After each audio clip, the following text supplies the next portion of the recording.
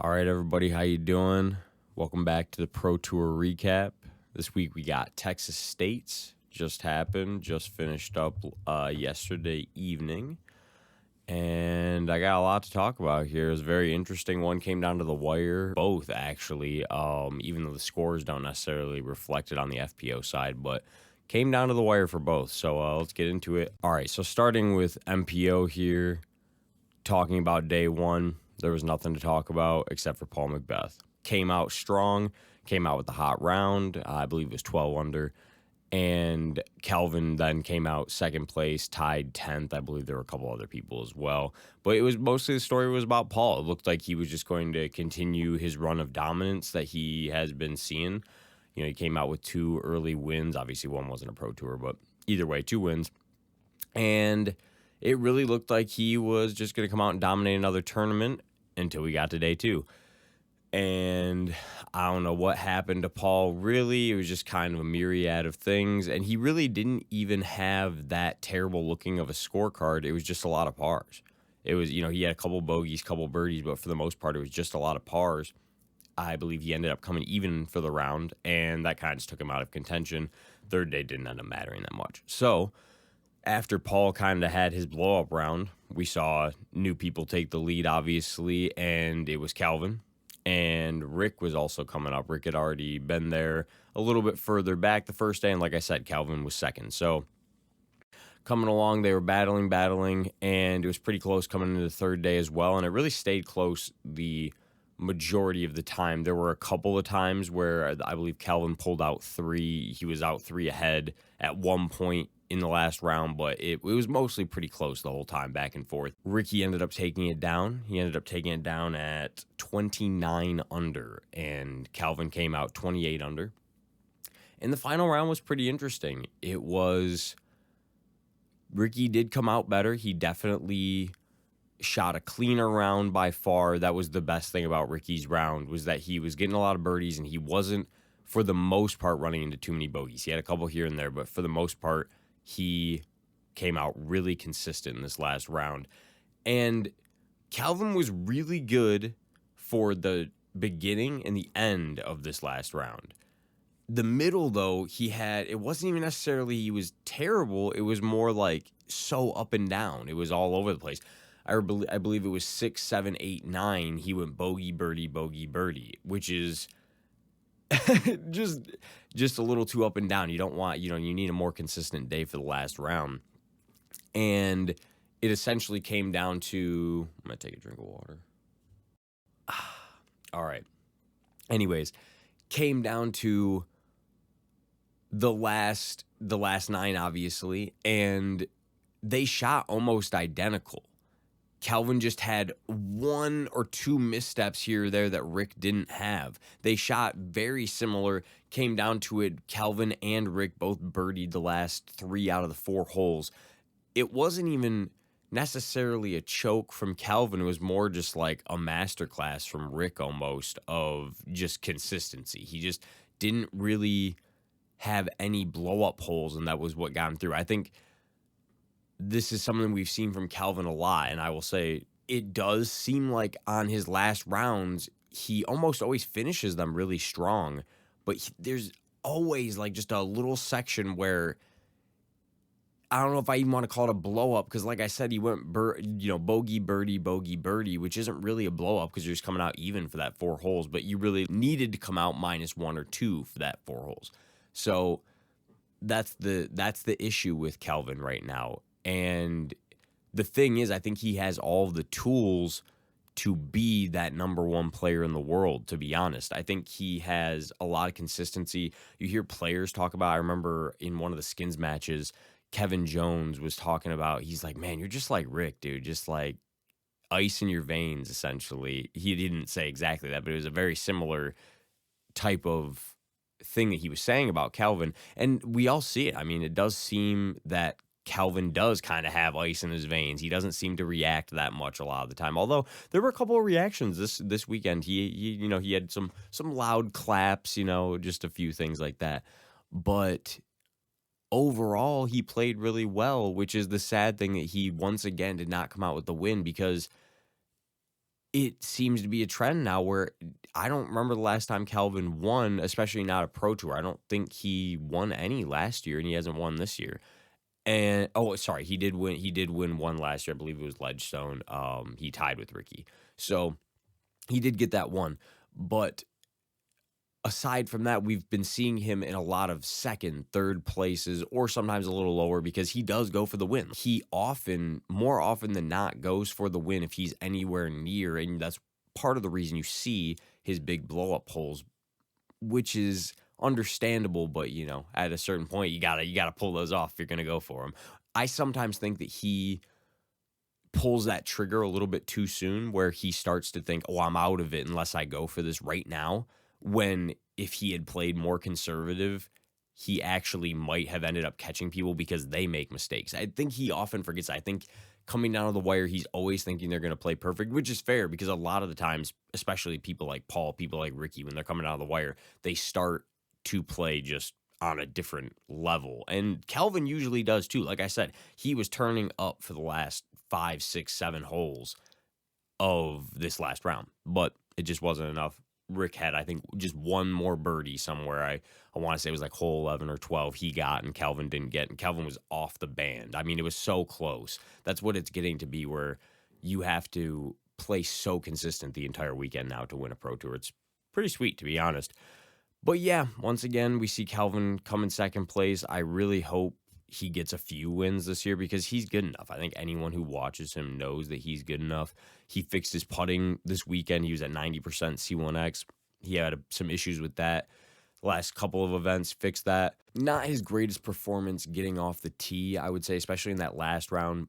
The mistakes that he did make were pretty much always on the drive, where he was hitting early trees. I think he had 2 separate times that happened in the back nine that kind of just killed his momentum a bit, where he's hitting first or second available, and that's always going to kill your momentum. So now that we've discussed the top there, like I said, Ricky took down the win. Congrats to him, by the way. Didn't say enough about him. Kind of wanted to focus a little more on Calvin today, but Ricky played fantastic for the whole weekend. Pretty much, he was playing consistent golf that is going to win you Pro Tours. I mean, like I said, his round was just a little more consistent than Calvin's in that last one, and that was part of the reason he was able to take it down. So congrats to Rick. Moving on to some notable names, some people who stuck out to me that were a little further down the leaderboard, but just still interesting. So we had Gannon Buhr coming in 7th place. He actually beat out Paul McBeth by 1 spot. And yeah, it's really good to see him continuing to play well. Texas is a little bit more of a wooded track, not so much open shots like Las Vegas, and Waco is not open, but Waco definitely has a lot of fairly open holes, a lot of bomb shots. And it's good to see that Gannon is still doing well, even at a place like Texas State. So congrats to him, doing pretty well, continuing his streak. Someone who is not continuing their streak, however, is Luke Humphreys. Luke Humphreys came out tied 45th. Not great. It's still not the end of the world, though. We're not expecting Luke to just, come top 5 every single time he's coming out to a Pro Tour. So just a notable piece of information there. We'll continue to look at that and see if it was a bit of a fluke at the beginning of this, or if we continue to see Luke. I really hope we continue to see him because he was playing really, really well here at the beginning of this season. And 45th is not the end of the world. It's not fantastic, but it's not the end of the world. Next up, the man himself, Brodie Smith, the controversial figure that he is. I thought it was notable he came in 36th place here. Not the greatest, but certainly climbing up there, beat a good number of notable people. He is not likely to come in anything top 10 this year. I would be interested to see it, though. I think even the biggest Brodie hater would have to say that's an interesting story. It's not something you see in sports all that much, where someone comes in from the outside and is doing pretty well. He's not playing at a top level, and I think he did get humbled a bit. I think he thought he was going to come in and just dominate, and has realized, okay, maybe I'm not just going to be able to waltz in here and destroy everybody. So I think it's been very interesting to see his progression. I'm curious to see where that goes for him. All right, so moving into FPO now. It's really the top 3. It's the top 3 again. We had Paige first place, Katrina and Kristen tied for second place. And I think that's going to be something we're going to see for a while here. I think we are in a fairly similar spot, to be honest, with MPO and FPO. Obviously, there are a lot fewer FPO players, but the parity is kind of similar. We have that top echelon of people. For the MPO, it's 4 people: Eagle, Calvin, Rick, Paul. And for FPO, it's Paige, Kristen, Kat, and I don't know if there's necessarily a 4th. I think that's the only difference. I think it really is those top 3 that are the consistent players here. And like I said, once again, we saw that come to fruition this week. Paige takes one down for the first time this year. I saw a lot of people reacting as if, oh, Paige fell off. It's very odd how we see that every year. Why are people so quick to act like Paige fell off anytime she's not winning immediately? I understand we're not seeing quite the level of parity that we're seeing in the men's division, in the women's division. However, there's a lot more parity than there was a couple of years ago. Paige, I don't think she's getting worse. She doesn't really look worse to the eye to me. If anything, she looks better. There is a larger field full of better players now that's playing. It's undeniable. And Paige isn't going to win every week. I mean, I believe she came in 6th and 2nd in the other 2 events this year. So definitely not falling off. She was playing pretty decently, and she takes this one down. It certainly looked like it was in the balance going into the last hole. Paige was up 1 on Kristen and up 2 on Katrina after they had both eagled the hole before. Katrina and Kristen was definitely an interesting finish, and that last hole is definitely a difficult one, and I believe that Kristen went OB. I know that Kristen went OB. I believe she went OB twice on that hole, actually, the last hole. But the second one was understandable. She was trying to go for, a shot that was going to be extremely low percentage to still get up there and try and put some pressure on Paige. And Katrina, I want to say, also went out of bounds, but I could be incorrect about that. But either way, Katrina ended up with a bogey on the hole. Kristen ended up with a double bogey on the hole, and Paige birdied. And although Paige did also, similarly to Calvin, actually have a rough middle of her round, she did birdie the last 4 holes. And that, I think there's been a question of how clutch Paige is as of late, as of the last year or two. And I think we need to remember she's not going to be able to clutch up in every single situation. However, Paige is a very clutch player. She makes the clutch putts when she needs them. She made a couple of them down the stretch there.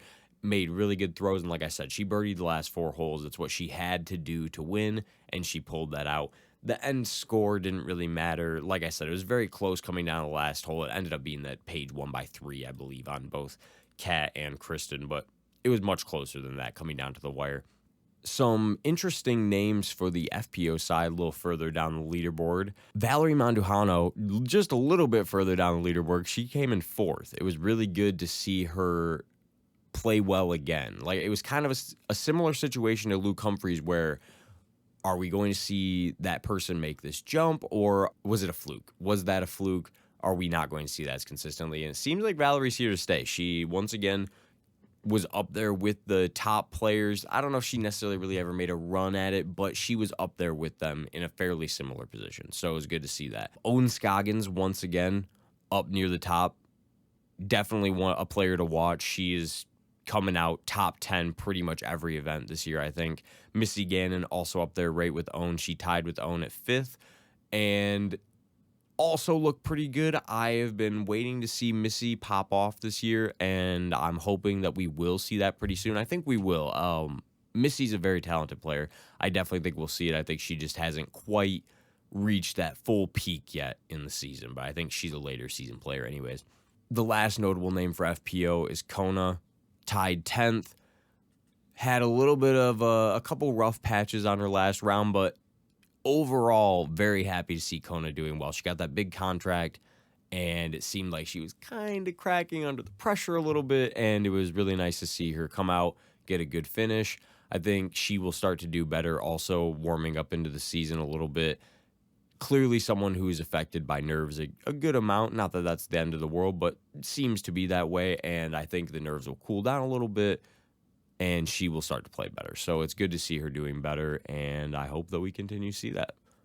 So that's going to do it for today's Pro Tour recap. That was the Texas States, and I'm Kirk.